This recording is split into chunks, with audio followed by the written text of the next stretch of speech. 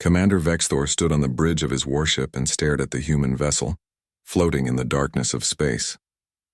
300 years of combat had taught him to recognize a dying ship when he saw one. The human craft was small, maybe a quarter the size of his own vessel. Scorch marks covered its hull. One of its engines was completely dark. Atmosphere leaked from at least 3 visible breaches. It should have been an easy target.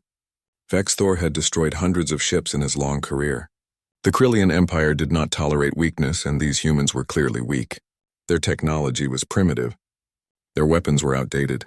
They had only been traveling through space for 200 of their years. The Krillians had been conquering the stars for over 5,000 cycles. But something made Vexthor pause. The human ship was not trying to run. It was not begging for mercy. Instead, it was broadcasting a message on all frequencies. Vexthor's communication officer translated it. "They wish to speak with you, Commander. They say they have information about the swarm." Vexthor felt his forearms tense at the mention of the swarm. Every species in this sector of the galaxy feared them. The swarm was a plague of insect creatures that consumed everything in their path. They had destroyed 6 Krillian colonies in the past solar cycle.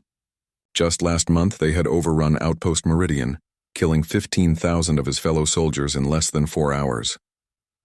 "Open a channel," Vexthor ordered. The screen flickered to life.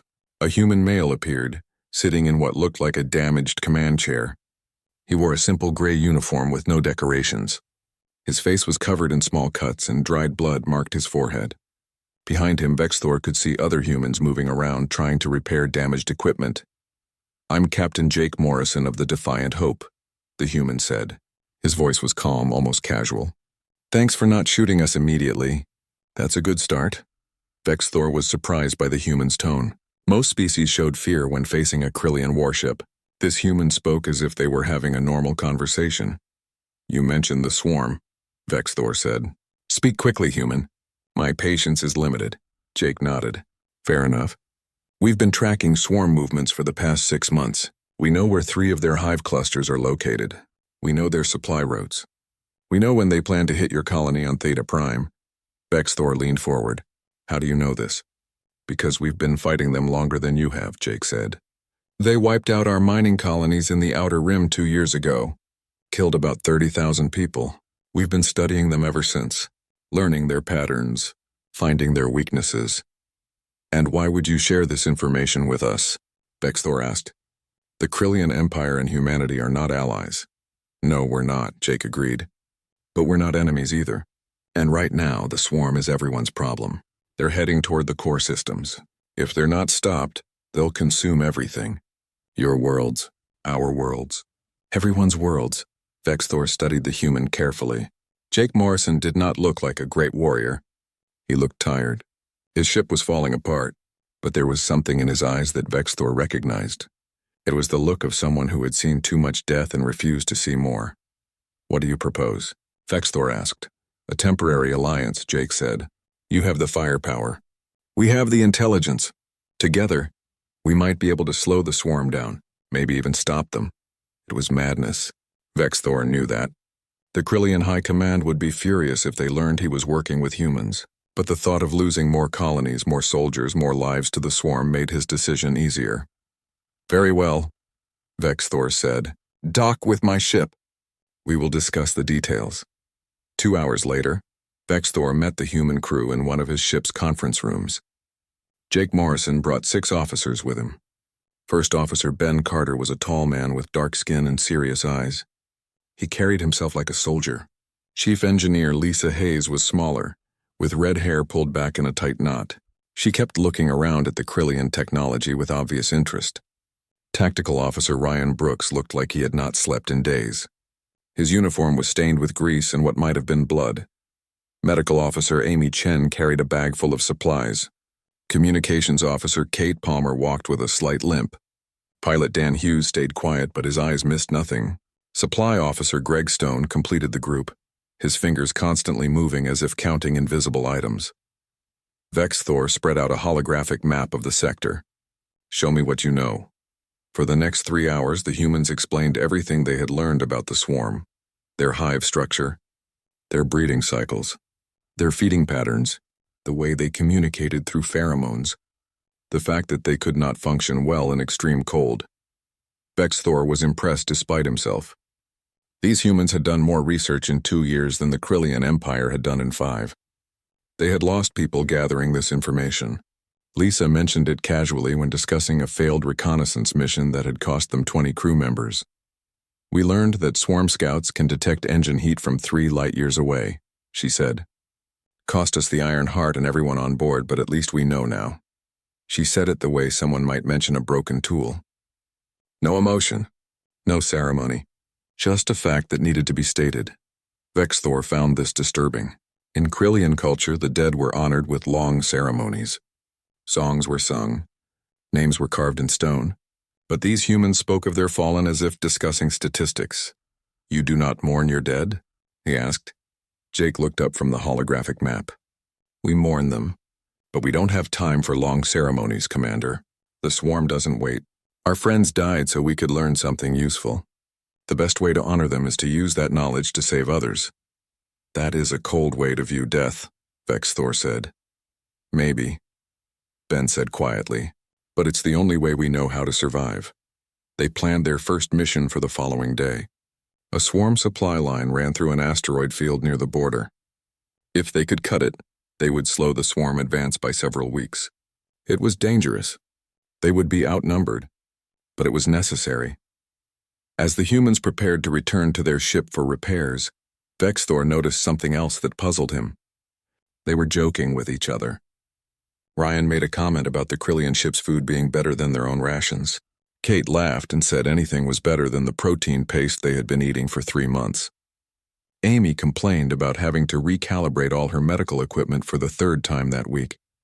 They acted as if they were preparing for a routine mission, not a battle that could easily kill them all. Vexthor had seen veteran Krillian soldiers show more concern before combat. These humans seemed almost bored.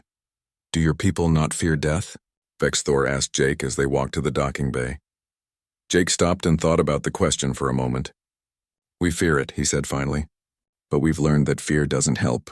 The swarm is coming whether we're afraid or not, so we just do what needs to be done. We've been doing it for 200 years. First against each other, then against the universe. Fear is expensive, Commander. We can't afford it. Vexthor watched the humans board their damaged ship. He had fought alongside many species in his long career. The brave, the cowardly, the honorable, the treacherous. But he had never met anyone quite like these humans. They treated war like work, death like an inconvenience, impossible odds like a normal day. It should have reassured him. Instead, it made him deeply uneasy.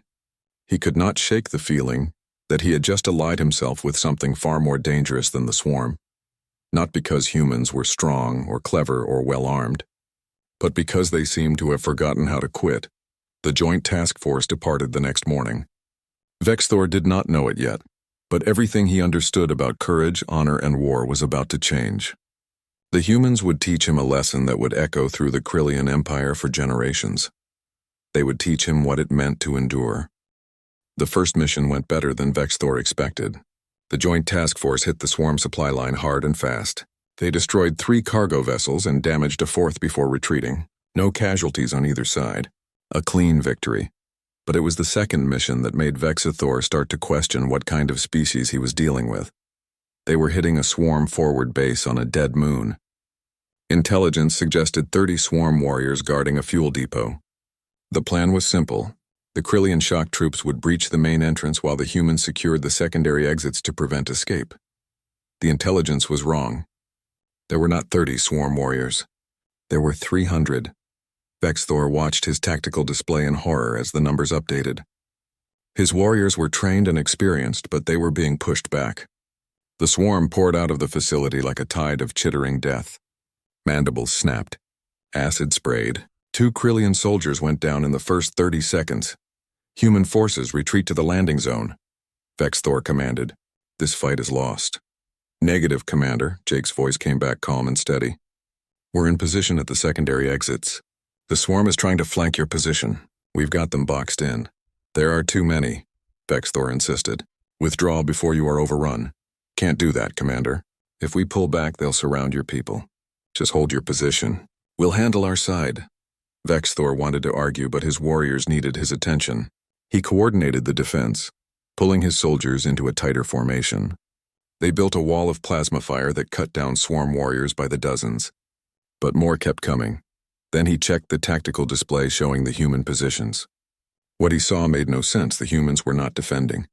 They were attacking, 7 humans against at least 50 swarm warriors, and they were pushing forward, not retreating, not holding, advancing. Vexthor switched his display to the human communication channel. What he heard would stay with him for the rest of his life. Ryan was calling out targets in a voice that sounded almost bored.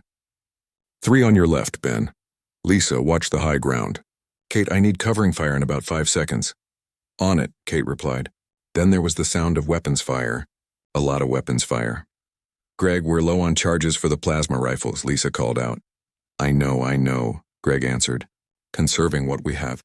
Switch to ballistic rounds if you run out. Those barely scratch them, Amy pointed out.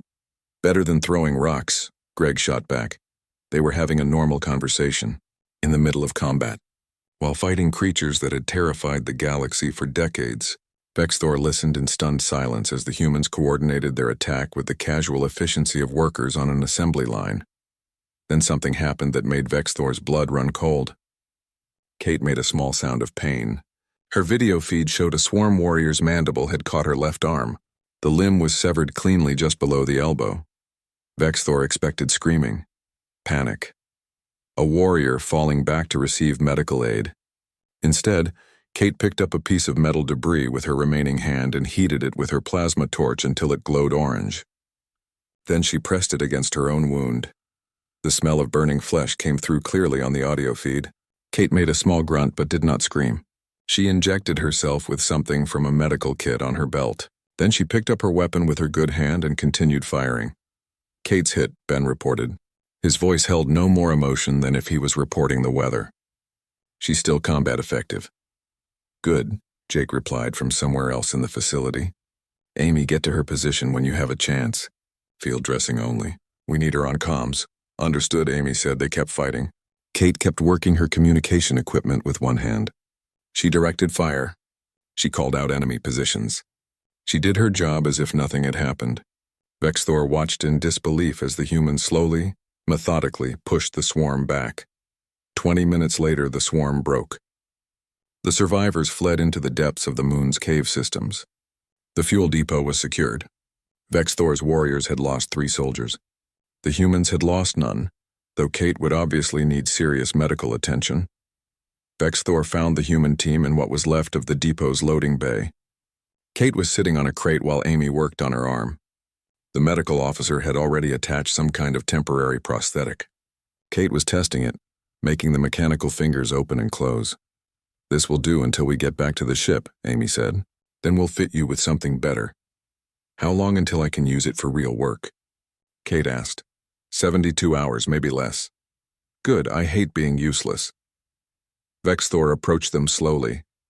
He felt like he was watching something impossible. Kate should be in shock. She should be mourning the loss of her limb. Instead, she was complaining about being temporarily less efficient. You fought well, Vexthor said. He did not know what else to say. Kate looked up at him and shrugged with her remaining organic shoulder. Just doing my job, Commander. Your arm was severed. You cauterized your own wound and continued fighting. That is not normal behavior.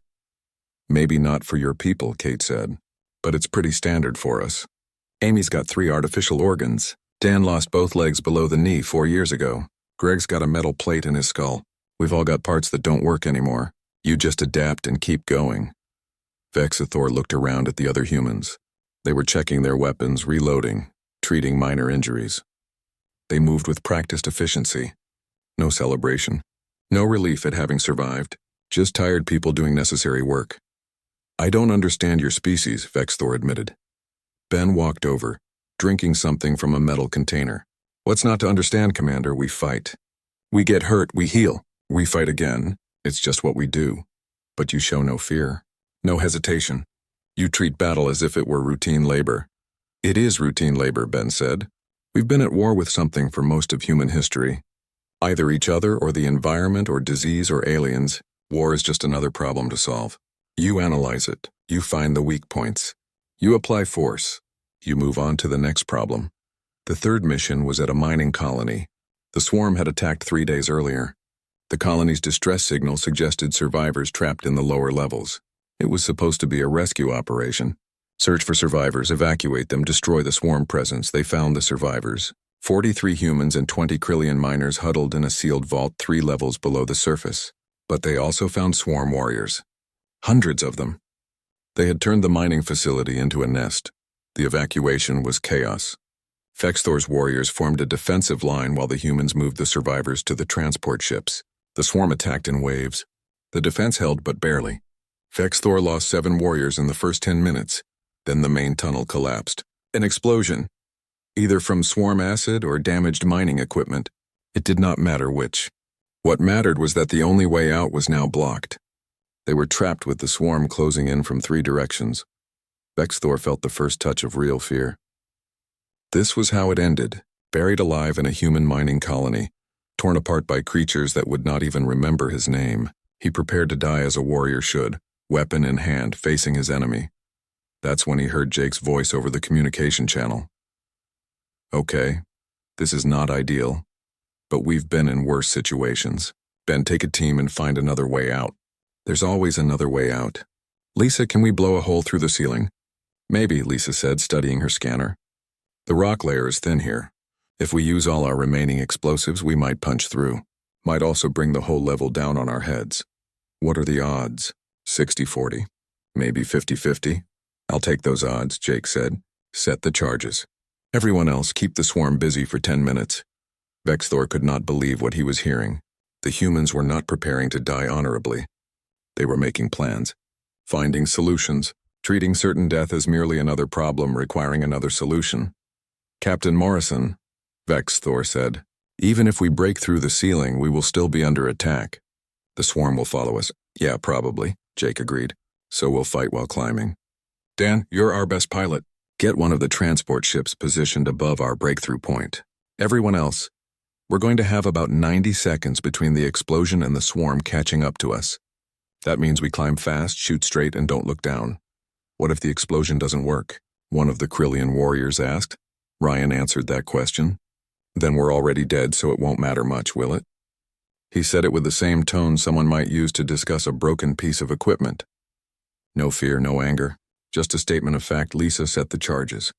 The humans gathered the survivors and positioned them near the blast point. Vexthor and his warriors formed a final defensive line. The swarm was less than 50 meters away now. He could hear their clicking mandibles. Smell their acid. 30 seconds, Lisa called out. Everyone ready? Jake asked. The humans responded with a chorus of affirmatives. Simple, professional, as if they were preparing for a training exercise. 10 seconds. Vexthor's warriors began singing their death song. It was tradition, a way to honor the gods and prepare the spirit for the journey to the afterlife. The humans did not sing. They just checked their weapons one last time. 5 seconds. Vexthor closed his eyes and made peace with his death. The explosion was deafening. Rock rained down around them. Then daylight broke through from above. A hole, narrow but passable, opened in the ceiling. The transport ship's shadow fell across them. Go, go, go, Jake shouted. The humans moved. They pushed the survivors up through the hole. They fired down at the approaching swarm. They climbed while fighting. It should have been impossible. But they did it anyway. Vexthor and his warriors followed. They climbed. They fought. They survived. When the last warrior pulled himself onto the transport ship, Vexthor lay on the metal floor gasping for air. Around him, his soldiers did the same. They had faced death and escaped by the narrowest margin. The humans were already checking on the survivors, making sure everyone was accounted for. Treating injuries. Back to work. Kate walked past with her new prosthetic arm. She was carrying medical supplies to Amy. She saw Vexthor staring and paused. You okay, Commander? She asked. We almost died, Vexthor said. Kate nodded. Yeah, but we didn't, so now we move on to the next thing. That's how it works. She walked away, leaving Vexthor to wonder what kind of species could treat near death as casually as a minor inconvenience.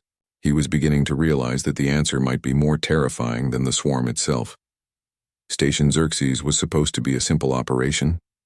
Intelligence reported a small swarm presence, maybe 50 warriors. The station was a supply depot on the edge of Krillian space. If the swarm secured it, they would have a staging point for attacks deeper into the sector.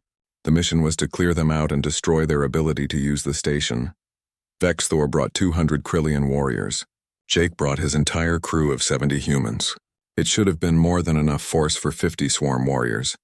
The intelligence was not just wrong. It was catastrophically wrong. The task force arrived to find 3,000 swarm warriors waiting for them. Worse, a hive queen was present. The tactical scanners identified her signature in the station's central hub. Hive queens were rare and dangerous. They coordinated swarm attacks with terrifying efficiency. They also never left themselves vulnerable unless they were setting a trap. "It's an ambush," Ben said quietly, studying his display. "They knew we were coming." Vexthor stared at the numbers on his screen. 3,000 warriors, 1 hive queen, against 270 soldiers. The math was brutal and simple. They were dead. "All forces retreat to the ships," Vexthor ordered. "We are abandoning the mission." But the swarm had anticipated that too. Before the task force could pull back, swarm fighters appeared from behind the station's moon. They cut off the escape route in the first minute. Plasma fire tore through 2 Krillian transports. Hundreds of warriors died before they could react. "Retreat is blocked." Jake's voice came over the communication channel. His tone was calm, too calm. "Station's the only cover we have. Everyone inside now." The survivors made it into Station Xerxes with the swarm right behind them. The station's blast doors closed just as the first wave of warriors reached them. But it was only a temporary reprieve. The swarm was already cutting through the doors with their acid.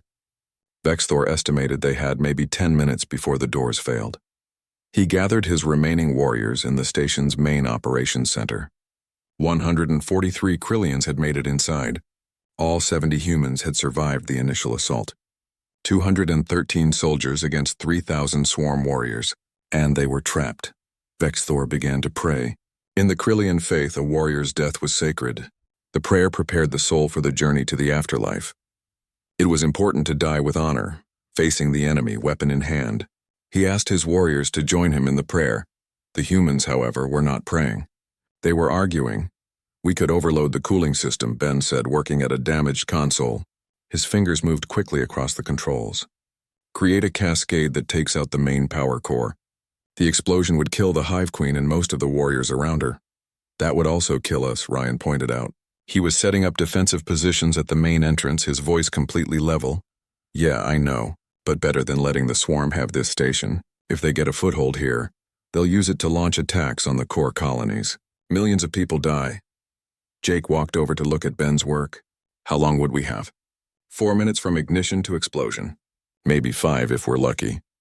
"Can we reach the escape pods in that time?" Dan checked another console. "Negative, Captain. Swarm has already overrun the pod bay. We'd have to fight through at least 500 warriors to get there. No way we make it in 4 minutes." Jake nodded slowly. He looked around at his crew. They were all watching him, waiting for orders. Their faces were dirty. Their uniforms were torn. Some were bleeding from minor injuries, but none of them looked afraid. They just looked tired. "Set the overload," Jake said. 6-minute timer. That gives us a chance to reach the pods, even if it's a small chance. "Sir," Kate said from her communication station, "even with 6 minutes, we probably won't make it." "The escape route is too blocked." "I know, but probably dead is better than definitely dead. Do it." Lisa was already moving toward the power core access. Greg followed her with the tools they would need. Vexthor watched them go and felt his mind struggling to process what was happening. The humans had just decided to blow up the station. They had calculated the odds of escape and found them poor. And their response was not fear or despair. It was a calm acceptance followed by immediate action. They were going to die, and they were treating it like any other mission. Ben worked on the console while Lisa accessed the power core 3 levels below. Her voice came through the communication system. "Okay, I'm at the core. Starting the overload sequence now. Greg, hand me the plasma torch. Here. Thanks. This is going to take about 2 minutes to set up. Then we'll have 6 minutes to live. Just so everyone knows." Ryan continued setting up the defensive positions. "Well, at least it's quick. Better than starving to death or dying of thirst?" "True," Amy agreed. She was organizing her medical supplies, though Vexthor could not imagine why. In 6 minutes, medical supplies would not matter. Vexthor stood in the center of the operations room, surrounded by humans calmly preparing for their deaths. His warriors had stopped praying. They were watching the humans with the same confusion Vexthor felt. "You are all insane," Vexthor said. His translator struggled with the emotion in his voice. "Completely insane." Jake looked up from helping Ben. "Maybe. But we're taking the Hive Queen with us. That breaks their command structure in this entire sector. It's worth it. Worth dying for." "Commander, we're already dead. We were dead the moment we flew into this trap. Now we're just choosing how our deaths matter. We can die uselessly, torn apart by the swarm. Or we can die taking out their queen and saving millions of people down the line. That's an easy choice," Vexthor wanted to argue.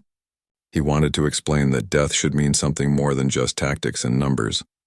But he could not find the words. In Krillian culture, death in battle was glorious. But it was supposed to be about honor and courage, not cold calculation.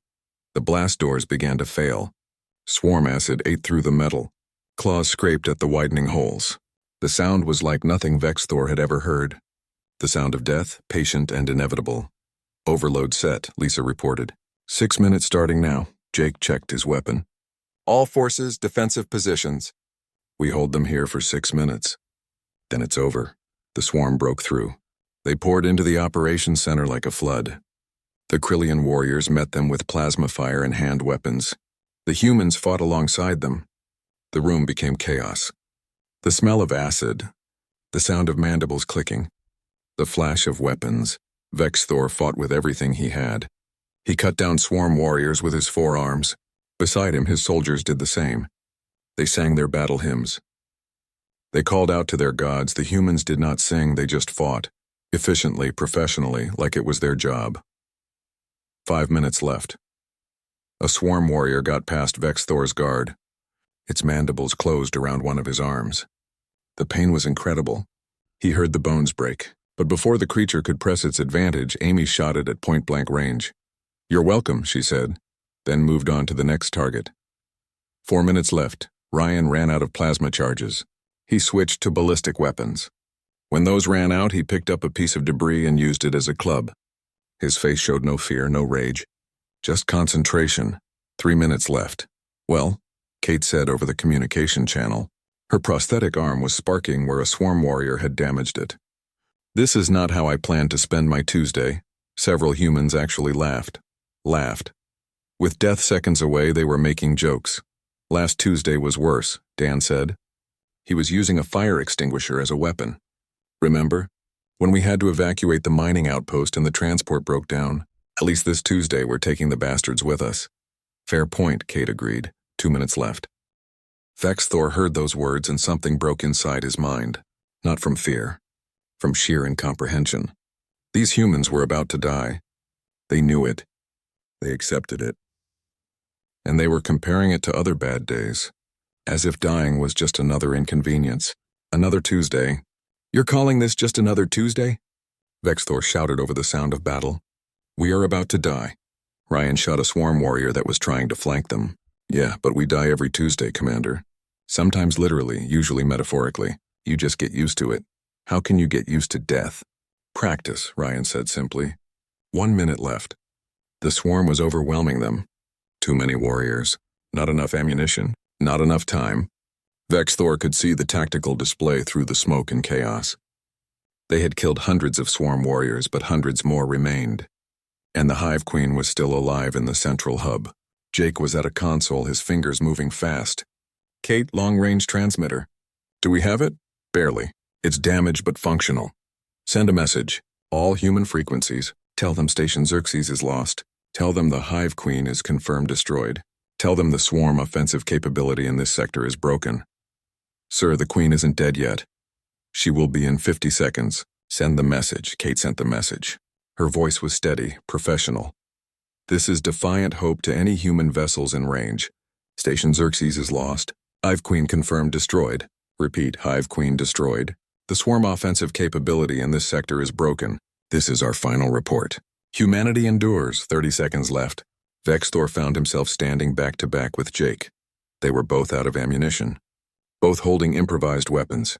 Around them, Krillian warriors and human soldiers fought together against the tide of chittering death. I still don't understand you, Vexthor said. How can you face death with such calm? Jake blocked a swarm warrior's strike with a piece of metal plating. Because death is just the end, Commander. What matters is what we do before the end. We chose to take the Queen with us. We chose to save the people in the core colonies. That's enough. 20 seconds left. 15 seconds left. Then something impossible happened. Through the smoke and chaos, Vexthor heard something. A sound that made no sense, singing, but not human singing. Krillian battle hymns, coming from outside the station. Ryan heard it too. Sir, are those Krillian ships?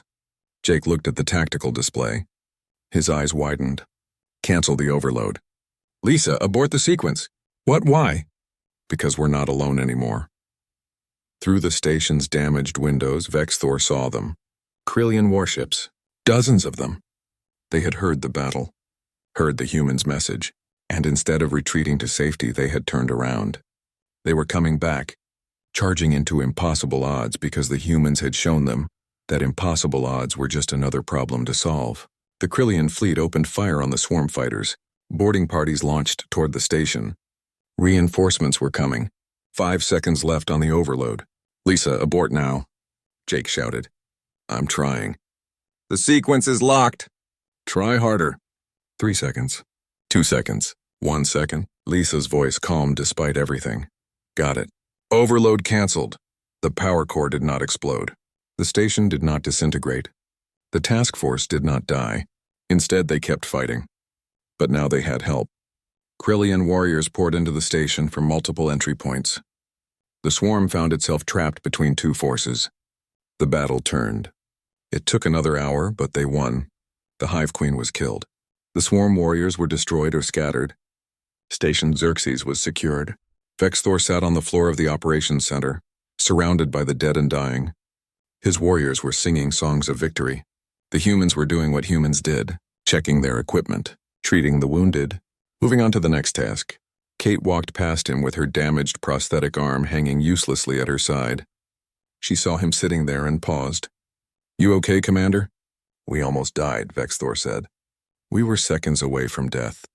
Kate shrugged with her good shoulder. Yeah, but we didn't die. So now it's just another Tuesday we survived. Tomorrow's Wednesday. Wednesday will probably be just as bad. That's just how it is, she walked away. Vexthor watched her go and realized something that chilled him more than any battle ever had. The humans were not brave. They were not fearless. They were something far more dangerous. They were stubborn. They had looked at death so many times that they had stopped being impressed by it. They treated extinction as an inconvenience, horror as routine, the impossible as merely difficult.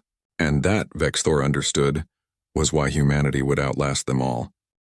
The aftermath of Station Xerxes took 3 days to sort out. The dead needed to be identified. The wounded needed treatment. The station needed repairs. Reports needed to be filed. It was the boring, necessary work that came after every battle. Vexthor spent those 3 days watching the humans, really watching them, trying to understand what he had witnessed. The Krillian warriors who had come to their rescue were celebrating. They sang songs about the great battle. They honored the fallen with proper ceremonies. They carved names into memorial stones. This was how war was supposed to end, with recognition of sacrifice, with respect for the dead. The humans held a memorial service on the second day. It lasted 20 minutes. Jake stood in front of the assembled crew and read names. 43 humans had died at Station Xerxes. Jake read each name clearly. Then he said a few words. They died doing their duty. They died protecting others. They died so that the swarm would not spread further. We honor them by continuing their work. That's all. That was it. No grand speeches, no songs, no elaborate ceremony, just names and a simple statement of fact. Then the humans went back to work. Vexthor found this disturbing. In Krillian culture, the dead were sacred. To treat death so casually seemed wrong. He decided to ask Jake about it. He found the human captain in one of the station's observation rooms staring out at the stars. Jake looked tired, more tired than Vexthor had ever seen him. May I speak with you? Vexthor asked. Jake nodded and gestured to the space beside him. Vexthor sat. For a long moment neither spoke. I don't understand your people, Vexthor said finally. At Station Xerxes you faced certain death. Your response was to make jokes, to call it just another Tuesday. How is this possible?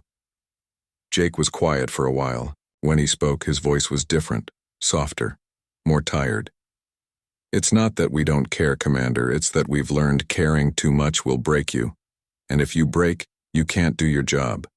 And if you can't do your job, more people die. But you treat death as routine, as common. Because it is routine, it is common. Jake turned to look at Vexthor. Do you know how many humans have died fighting the swarm? Over 100,000. Do you know how many died in the wars before the swarm?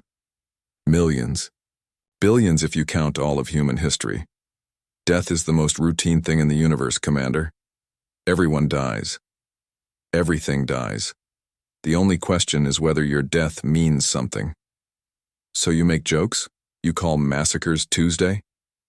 Jake smiled, but there was no humor in it. The jokes are how we survive. If we treated every battle like it was the end of the world, we'd go insane. So we make it smaller in our minds. We make it routine. We make it Tuesday. Because if it's just Tuesday, we can handle it. We've handled every Tuesday before. We'll handle the next one too. Vexthor thought about this. In my culture, warriors who face death sing songs. We pray. We prepare our souls for the next life. It gives meaning to our deaths. And that works for your people, Jake said. But humans are different. We're not good at accepting death, we're good at putting it off. We're good at surviving one more day, one more hour, one more minute. We're persistence hunters, Commander. Do you know what that means? I do not understand the term. On Earth, our home world, humans were not the strongest predators. We were not the fastest, we didn't have claws or sharp teeth or armor. What we had was the ability to just keep going. We would chase prey for days. Not fast, just steady. The prey would run. We would follow. The prey would rest. We would catch up. The prey would run again. We would follow again. Eventually, the prey would be too exhausted to run anymore. Then we would kill it. Jake looked back out at the stars. That's what humanity is, Commander. We're the species that doesn't stop. The universe keeps trying to kill us. We keep refusing to die. Not because we're brave. Not because we're strong. But because we're too stubborn to quit. Vexthor felt something shift in his understanding. So when you call death just another Tuesday, you are not being disrespectful. You are refusing to let death be special, refusing to let it stop you. Exactly, if we made death special, we'd spend all our time being afraid of it. We can't afford that. So we make it ordinary, we make it part of the job, and then we do our job. They sat in silence for a while. Vexthor processed this information. It went against everything he had been taught about honor and courage and death, but it also made a strange kind of sense. Your species is terrifying, Vexthor said. Jake laughed. It was a real laugh this time. Yeah, I know. But here's the thing, Commander. We're terrifying to our enemies. For our friends, we're the ones who never give up. We're the ones who keep showing up. We're the ones who turn around and come back when everyone else is retreating. Like your ships did at Station Xerxes. My people came back because you showed them it was possible. You were willing to die to take out the Hive Queen. That courage inspired them. That wasn't courage, Jake said quietly. That was just math. The Queen was worth more than we were, so we traded our lives for hers. It was the logical thing to do. No, Vexthor said firmly. It was courage.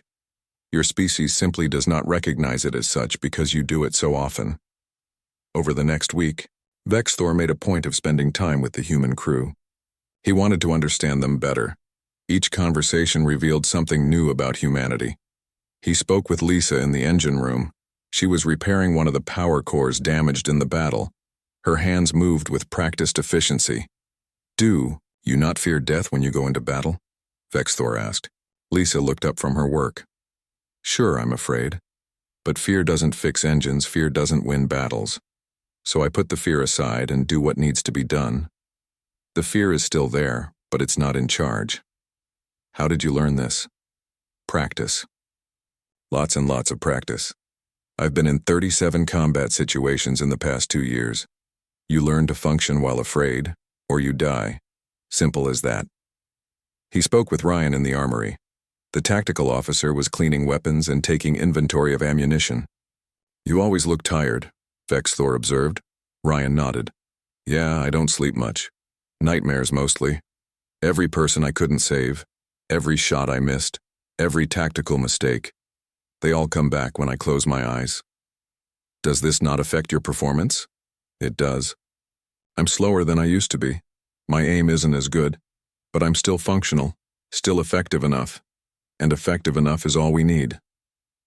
This seems like a hard way to live, Ryan shrugged. Living is hard, Commander. Dying is easy. We choose hard. He spoke with Amy in the medical bay. She was treating a Krillian warrior who had been injured in the battle. Her hands were gentle but efficient. You have lost many patients, Vexthor said. It was not a question. He had seen her personnel file. She had the highest casualty rate of any human medical officer, but she also had the highest survival rate for critical injuries. I have, Amy agreed. Every one of them hurts, every single loss. But I can't let that hurt stop me from helping the next patient. The dead are dead. I can't help them anymore. But the living still need me. That seems cold. It's not cold. It's triage. You help who you can help. You mourn later. If you mourn during the crisis, more people die. So you save the mourning for after. And do you mourn? After? Amy was quiet for a moment. Sometimes when I have time. But there's always another crisis, another battle, more wounded. So mostly I just keep working. He spoke with Ben on the observation deck. The first officer was studying tactical maps of swarm-controlled space. Captain Morrison told me that humans are persistence hunters, Vexthor said, that you chase prey until it cannot run anymore. Ben nodded. That's right. It's in our bones. Our ancestors hunted that way for millions of years. We're built for it. We overheat slower than most predators. We can regulate our temperature through sweating. We can carry water and food with us. We can plan ahead. We're not fast, but we're relentless. Is this how you fight the swarm? By being relentless? It's how we fight everything. We lost the first 10 battles with the swarm. Lost badly. They killed thousands of us, destroyed colonies, wiped out entire fleets. Any other species would have surrendered or retreated. But we just kept coming back, learning, adapting, finding their weaknesses. Now we're winning, not because we're stronger or smarter, but because we refuse to stop trying. Vexthor looked at the tactical maps. The swarm outnumbers you greatly. They have superior technology in many ways. They breed faster than you can kill them. All true, Ben agreed. But they have one weakness. They can't adapt as fast as we can. They rely on instinct and the hive queens. We rely on learning and changing. Every battle teaches us something new. Every defeat makes us better. The swarm keeps doing the same things. We keep doing different things. Eventually, we'll find the thing that works. What if you never find it? Ben smiled. Then we keep looking. That's what humans do. We keep looking for solutions until we find one, or until we die. And even if we die, the next generation keeps looking. We never stop. That's the point. On the 8th day after the battle, Vexthor was invited to dinner in the human mess hall. Jake had insisted. It was, apparently, a tradition. After major battles, the surviving crew would gather and share a meal, remember the fallen, celebrate the living. Vexthor expected something formal. Instead, he found chaos. Humans were laughing, telling stories. Some were clearly drunk on whatever intoxicants they had found. Kate was arm wrestling with Greg using her prosthetic arm. Dan was showing off a scar from the battle. Amy was dealing cards for some kind of game. Welcome to the party, Commander, Jake said, handing Vexthor a container of liquid. It's not much of a party, but it's what we've got. Vexthor tasted the liquid cautiously. It burned. What is this? Whiskey. Well, something like whiskey. Greg makes it in the engineering bay. It's probably illegal in most star systems. They sat together at one of the long tables. Around them, humans celebrated in their strange, chaotic way. Vexthor noticed that even while laughing and drinking, they kept their weapons close. They sat with their backs to walls. They watched the doors. Even in celebration, they were ready for the next fight. Your warriors celebrate differently than mine, Vexthor observed. Probably. But this works for us. We drink, we laugh. We remember the people we lost. We remind ourselves why we fight. Then tomorrow we get up and do it all again. Just another Tuesday, Vexthor said. Jake raised his container. Just another Tuesday, Commander. But we're still here. That's worth celebrating. Vexthor raised his own container. Around them, other humans did the same. Someone started singing. It was not a battle hymn or a death song. It was something simpler. A song about going home. About peace. About a future that might never come but that they fought for anyway. And Vexthor understood. Finally, truly understood. Humans did not treat death casually because they did not care. They treated it casually because they cared too much. If they let themselves feel the full weight of every loss, every close call, every horror, they would be crushed by it. So they made it small. They made it routine. They made it Tuesday. And by making it small, they made themselves able to face it again and again and again, forever if necessary.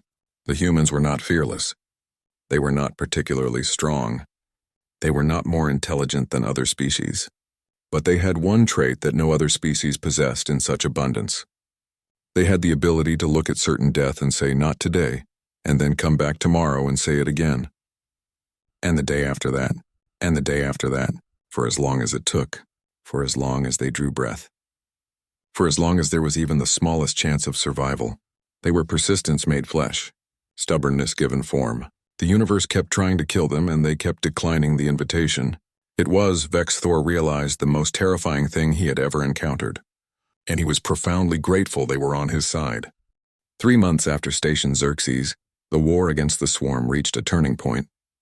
The death of the Hive Queen had broken their coordination in the entire sector. The swarm was still dangerous, but they were disorganized, confused. For the first time since the war began, they were retreating. The alliance between Krillians and humans had grown stronger. What started as a desperate partnership between 200 soldiers had become a formal military agreement involving thousands. Krillian fleets and human vessels now patrolled together. They shared intelligence. They trained together. They fought together. But the most profound change was not in tactics or strategy. It was in mindset. Vexthor watched as Krillian warriors adopted human attitudes toward combat. They stopped treating every battle as a potential death with honor. They started treating it as work that needed to be done. They made dark jokes before missions. They called difficult operations a rough Tuesday. The change was subtle but significant. The Krillian High Command noticed. They summoned Vexthor to the capital world to give a full report on the human alliance. He stood before the Council of Commanders, 300 of the most experienced military leaders in the Krillian Empire. Tell us about the humans, the High Commander said. We have read your reports, but we wish to hear your assessment directly. Are they worthy allies? Vexthor chose his words carefully. The humans are the most dangerous species I have encountered in 300 cycles of warfare. The council chamber erupted in discussion. The High Commander raised one of his 4 arms for silence. Dangerous to us or to our enemies? Both if we are not careful, Vexthor said. But primarily to our enemies. Humans do not fight like other species. They do not seek glory. They do not fear death. They do not quit. Ever. They treat impossible situations as merely difficult. They treat near extinction as an inconvenience. They have learned to endure through sheer force of will. Endurance is not strength, one of the council members said. The Krillian Empire has endured for 5,000 cycles through superior might and tactics. With respect, Counselor, that is not the same thing. We endure because we are strong. Humans endure despite being weak. Their ships are inferior. Their weapons are outdated. Their bodies are fragile. By every measure, they should have been wiped out decades ago. But they are still here. Still fighting. Still winning. Not through strength, but through refusal to accept defeat. Another counselor spoke up. You speak as if this is admirable. But is it not simply stubbornness? Perhaps even foolishness? Vexthor thought about how to explain what he had learned. I have watched a human communications officer lose an arm in combat. cauterize her own wound, and continue working for 40 more minutes. I have watched human soldiers laugh while facing certain death. I have watched them treat a battle that should have killed us all as just another Tuesday. This is not foolishness. This is a survival strategy that has worked for them for thousands of generations. Explain, the High Commander ordered. Humans evolved on a death world, a planet that tried to kill them constantly. Ice ages, volcanoes, predators, diseases. They survived not by being strong but by being persistent. They are endurance hunters. They do not kill prey by being faster or stronger. They kill it by following it until it collapses from exhaustion. Then they do the same to the next prey. And the next. Forever. Vexthor pulled up a holographic display showing human casualty rates compared to victory rates. Look at these numbers. Humans have the highest casualty rate of any species fighting the swarm, but they also have the highest victory rate. They lose more soldiers than we do, but they win more battles than we do, because they keep fighting long after we would have retreated. They keep trying long after we would have given up. This seems inefficient, a counselor said. It is inefficient. It costs them greatly, but it works.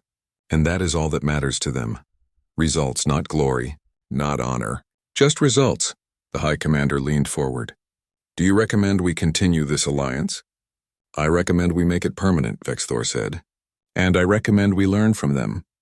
Not their technology, not their tactics, but their mindset. Humans have taught me that survival is not about being the strongest.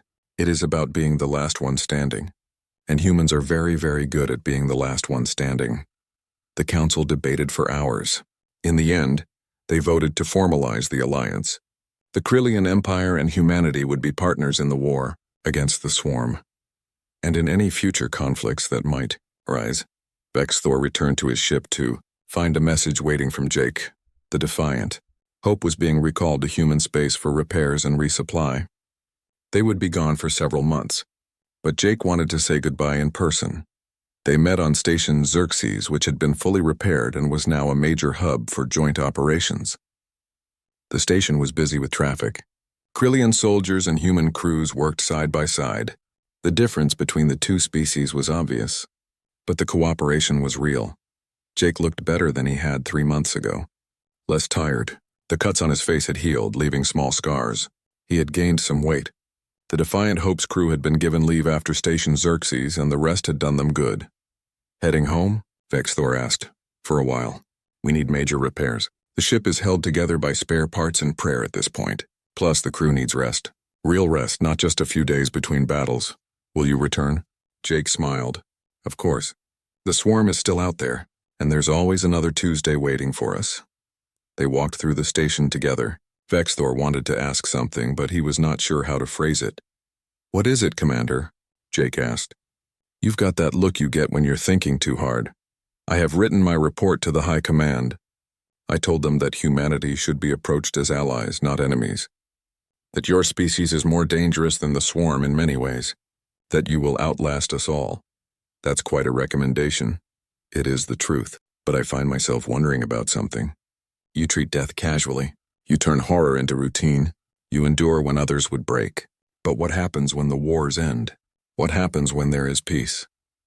What do humans do when there is nothing left to endure? Jake was quiet for a long moment. They had reached one of the observation windows. Outside, ships came and went. Krillian, human, even a few other species who had joined the alliance against the swarm. It was a sight that would have been impossible a year ago. That's a good question, Jake said finally. Honestly, I don't know. Humanity has been fighting something for as long as we've existed. First each other, then nature, then disease and famine. Then we got to space and found new things to fight. I'm not sure we know how to exist without conflict. That is troubling. Maybe. Or maybe it means we'll find new challenges, new problems to solve, new obstacles to overcome. Humans are builders as well as fighters, Commander. When we're not fighting to survive, we build, we explore, we create. We make things better even if we have to tear them down first to do it. I hope you are right. I hope there is peace someday. For all our species, Jake laughed. Peace would be nice. But I'll settle for tomorrow not being worse than today. That's the human way. One day at a time. One problem at a time. One Tuesday at a time. They stood in silence watching the ships. Finally, Jake extended his hand. Vexthor had learned this human gesture. It meant respect, partnership, friendship. Vexthor took Jake's hand with one of his own. Safe travels, Captain Morrison. You too, Commander. Try not to start any wars while I'm gone. I shall try. But Tuesdays have a way of finding me now. Jake grinned. Yeah, they do. But you'll handle it. You're practically human now. Vexthor watched Jake leave. He realized he had just received the highest compliment a Krillian commander could receive from a human. To be called practically human was to be called persistent, stubborn, unwilling to quit. It meant Jake trusted him to endure, and Vexthor found he was proud of that. The war against the swarm lasted another 2 years. It ended not with a final climactic battle, but with a slow grinding down of swarm numbers. Every hive destroyed, every queen killed, every warrior hunted until there were no more left to hunt. Humanity lost 300,000 soldiers in those 2 years. The Krillian Empire lost 500,000. Other allied species lost hundreds of thousands more. The cost was enormous, but they won. The swarm was extinct, or at least so diminished that it would take them centuries to recover, if they ever did. The alliance between Krillians and humans lasted long after the war ended. It became the foundation for a new galactic order. Other species joined. Trade routes were established. Technology was shared. Peace, real peace, seemed possible for the first time in decades. Vexthor lived long enough to see it. He retired from active service at 420 cycles, ancient by Krillian standards. He spent his final years writing a history of the Swarm War. The book became required reading in military academies across a dozen species. The final chapter was titled, Just Another Tuesday. In it, Vexthor wrote, Humanity taught the galaxy an important lesson. Survival is not about being the strongest or the smartest. It is about refusing to quit. It is about looking at certain death and deciding to show up anyway. It is about treating the impossible as merely another problem to solve. Humans call this just another Tuesday because they have learned that every day brings new challenges. Every day requires persistence. Every day is another test of will. And humans, more than any species I have encountered, have mastered the art of will. They do not seek glory. They do not require honor. They simply refuse to stop. And in the end, that refusal is more powerful than any weapon. The swarm learned this too late. They are gone. Humanity endures, as it always has, as it always will. Jake Morrison lived to be 73 years old. He retired as an admiral in the Human Defense Fleet. He had 4 children and 9 grandchildren. He told them stories about the war, but he always downplayed his role. When they asked about Station Xerxes, about the battle where he nearly died, he would shrug and say it was just another Tuesday. Kate Palmer became the head of communications for the entire Joint Fleet. Her prosthetic arm was upgraded several times, becoming more advanced than her organic one had been. She joked that losing the arm was the best thing that ever happened to her career. Ben Carter wrote a tactical manual that was used by 6 different species. He died peacefully at age 80, surrounded by family. Lisa Hayes became a chief engineer for a civilian shipbuilding company. She designed vessels that combined Krillian durability with human innovation. They became the most popular ships in the galaxy. Ryan Brooks took his own life at age 52. The nightmares never stopped. At his funeral, Jake said Ryan had fought for 30 years straight and had earned his rest. Amy Chen established a foundation in his name to help soldiers deal with combat trauma. Amy herself lived to be 97. She trained 3 generations of combat medics. Her motto, inscribed on her clinic wall, was simple: save who you can, mourn later. Dan Hughes became a test pilot, pushing experimental ships to their limits. He died at age 68 when an engine failed during a test flight. His last words, recorded on the flight data recorder, were, "Well, this is not ideal, but I've had worse Tuesdays." Greg Stone opened a bar on a colony world. He served drinks to soldiers from a dozen different species. On the wall behind the bar, he hung a sign that read, "It's always Tuesday somewhere." The Defiant Hope was decommissioned after the war. The ship was placed in a museum on Earth. Millions of people visited it every year. They walked through the corridors where humans had fought and died. They saw the patchwork repairs, the scorch marks that were never cleaned, the names carved into the walls by crew members who did not survive. And they learned about the Tuesday that changed everything, The day when a battle-hardened alien commander learned that humans did not treat massacres as special because they had seen too many of them. That humans called Horror Tuesday not because they did not care, but because they cared so much that they had to make it smaller just to survive. That humans were not fearless. They were just too stubborn to let fear win. Station Xerxes became a symbol of the Alliance. A monument was built there listing the names of all who died, human, Krillian, every other species that had fought the swarm. At the top of the monument was a simple inscription, in every allied language. They refused to quit. Honor their memory by doing the same. Vexthor's book ended with a warning and a promise. If you ever find yourself at war with humanity, surrender immediately. Not because they are strong, though they can be, not because they are clever, though they are, but because they will never stop. They will lose 100 battles and come back for the 101st. They will take casualties that would break any other species and call it an acceptable loss. They will turn your greatest victory into just another Tuesday and show up again on Wednesday. You cannot outlast them. You cannot break them. You cannot make them quit. The only species that will survive until the heat death of the universe is humanity, because they are the species that looks at extinction and says, not today. And they mean it. Every single time. Years later, when other species encountered humanity for the first time, they would ask the Krillians what humans were like. The answer was always the same. They are the species that refuses to lose. Approach them as friends. Because you do not want them as enemies. Trust me on this. I learned it the hard way. On a Tuesday. And across the galaxy, on 1,000 worlds and 100 languages, the phrase became universal. When facing impossible odds. When dealing with disaster. When confronting the kind of challenge that should break anyone. Humans would look at each other and say, just another Tuesday. And they would get to work. Because that's what humans did. That's what they had always done. That's what they would always do. One Tuesday at a time, forever if necessary, because humanity endures.